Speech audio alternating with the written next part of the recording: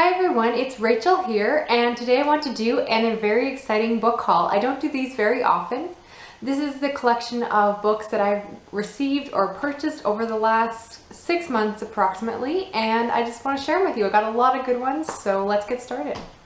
The first two books I picked up at a used bookstore in my local city, and the first one is Faithful Place by Tana French. This is her third book in her Dublin Murder Squad series. The first two being In the Woods and In the Likeness. Both of them I love, so I was really excited to go on and read more by her. And because I loved her so much, I did something I rarely do and actually purchased the book before reading it.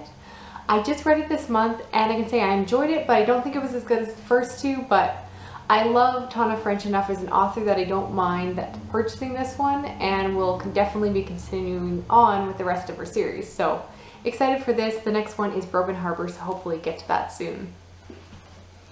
The other book I purchased at the used bookstore was Dragonfly and Amber by Diana Gabaldon. This is the second book in the Outlander series, and about a year and a half ago I read the first book, Outlander, and really enjoyed it. Some people had issues with some of the treatment of women and the relationship in the last book, but you know what, I just really enjoyed it. I went along for the ride and got sucked into the story. So I've been meaning to continue on forever, but this is the kind of book that I like to own because it's so long, and if I got it from the library, I don't think I'd be able to read it all in 3 weeks. So I figured it was worth purchasing this one for like $5. Now this next book I received from my mother-in-law, and that is The Book of Negroes by Lawrence Hill. This is published under a different name in the States, and that name is Someone Knows My Name.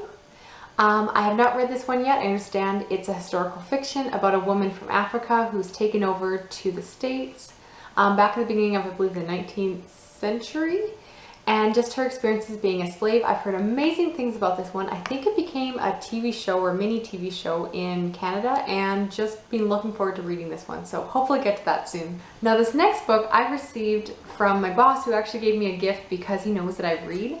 And he gave me All the Light We Cannot See by Anthony Doerr, which was mega popular about a year ago when it first came out. And this is a historical fiction book set in World War II with the main character, I believe, being a blind girl. Very excited for this one because I love reading historical pieces set during World War II. So looking forward to this one. I think it's a little bit more chunky than some of the other ones I've been reading lately, but hopefully I just get sucked into the story. Now the next books I'm going to show you I received from the Willoughby Book Club, which is a subscription service out of the UK where you give them your book reading preferences and they send you books each month for a subscription fee. Now I did not pay for these books or the subscription, but this is by no means a sponsored video. What happened is that my friend online, Katie, received this through a Twitter giveaway that she won. However, she was already receiving a subscription box from them.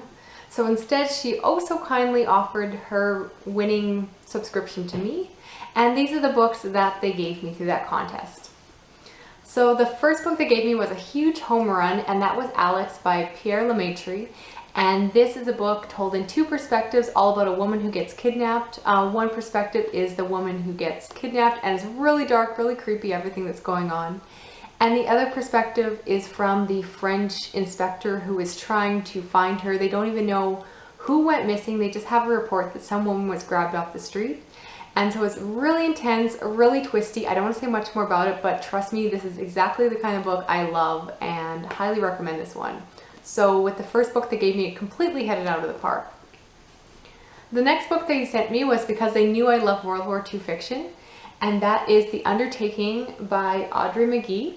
And this is a historical book, primarily historical romance that takes place during World War II, but it's from a German perspective.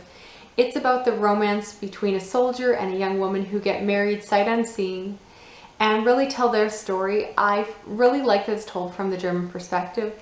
It's not the best World War II book I've read, and the love is kind of insta-love, which I don't enjoy, but not a bad book. I definitely see why they gifted it to me, but not quite my favorite.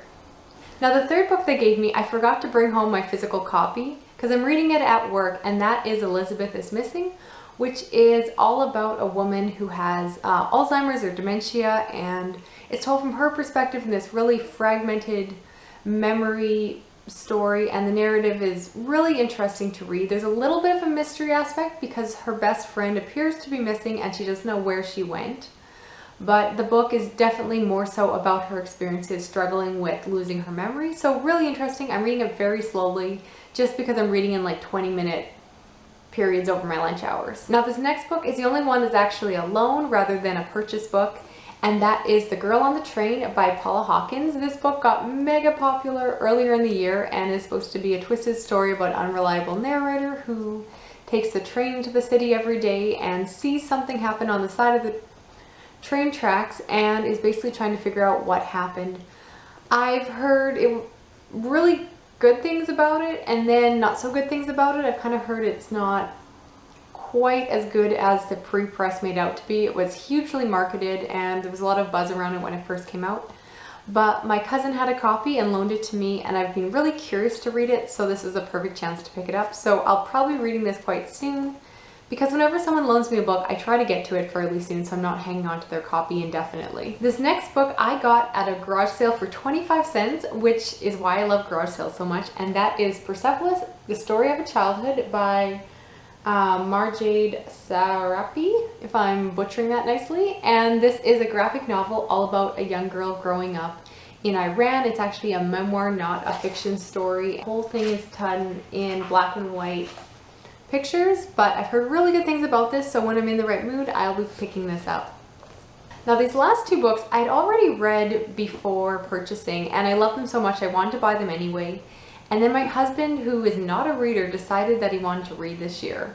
So of course I had to buy him any book that I thought he might enjoy. So the first book I bought for him was The Martian by Andy Weir, which is all about a astronaut stranded on Mars. It got hugely popular with the movie, and I'm happy to say he loved it. He devoured this in a couple of weeks, which is amazing for someone who does not read for fun. But he got completely sucked into the story. If you have any recommendations for books like this, please let me know. Now the other book I got him is actually at his workplace, so I don't have to show it, and that is An Astronaut's Guide to Life on Earth, the memoir by Chris Hadfield. I read this several months back, really enjoyed it. He's a bit of a space geek himself, so I thought he would enjoy it. It's a little bit drier. Nonfiction I think is a little bit tougher to get into if you're not a huge reader, but he's still enjoying it and has been plugging through it during his lunch hours and such.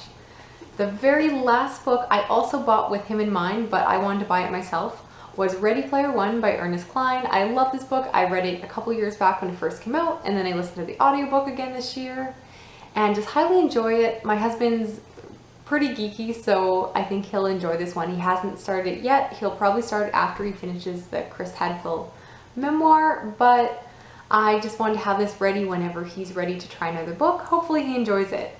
If you have any recommendations for books like The Martian or Ready Player One that you think someone who enjoys these books might enjoy, please let me know. I don't know what to buy my husband next once he gets to this book. Those are all the books I have purchased over the last few months. Please let me know down below if you've read any of them, which ones should I read, which ones did you enjoy, and I will hopefully be back soon with another video. Thanks for watching. Okay, bye.